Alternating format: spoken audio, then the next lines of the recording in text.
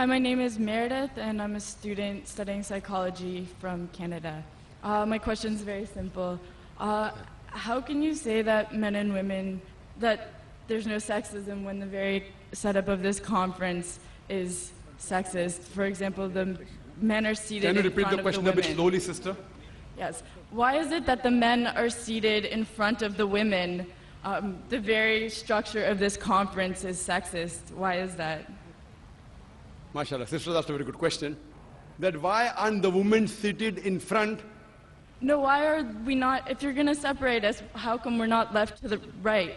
Correct, right. Why is one in front Sister, of the that's a very other? good question. That why are the women, if you believe in equal, why not left and right? Why not? It's a very good question, sister. Because the Quran says in Surah Nur, chapter number 24, verse number 30, say to the believing man that he should lower his gaze and guard his modesty. Whenever a man looks at a woman, any brazen thought comes in his mind, he should lower his gaze.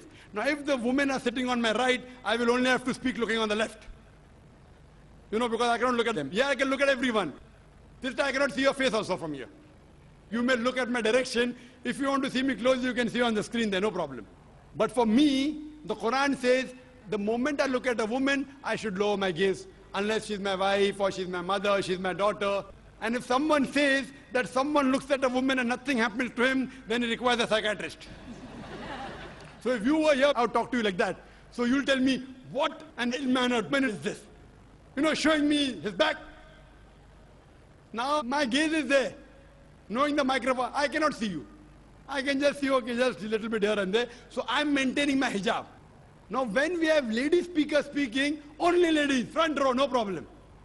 So what happens? Because it's a gent speaking, there are occasions, some occasions, then we have to keep a partition, and we can do that. And we have done that. But there's such a vast gathering, so many cameras, it will obstruct.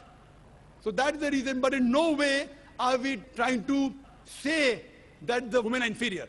That's the reason we have got a screen close to you, mashallah, especially for sisters who are sitting a bit more behind, so you can get the view. But in front, it will be difficult for me to speak, for me to maintain my hijab, for me to look, because in public speaking, you know, we are taught we have to look at the audience. If the audience is a woman in front of me, you know, I remember once I'd gone to the Gulf country, and I was called for a talk, and a ladies' organization. I always say that at least the front row should be gent, you know. But they didn't do it. So half the talk I gave looking at the ground, and balance half looking at the ceiling, down ceiling up. Believe me, I was in hell.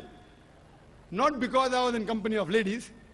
I was in hell because half my lecture I gave looking at the ground, and half my lecture looking at the ceiling. I had to maintain my hijab. Here I can talk to the person, I can look at him, I can stare at him. If he's sleeping, I stare at him, he stops sleeping, you know.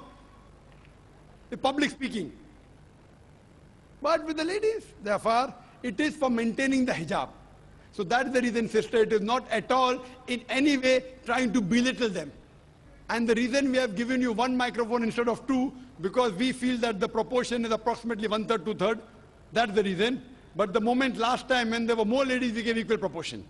Hope that answers the question.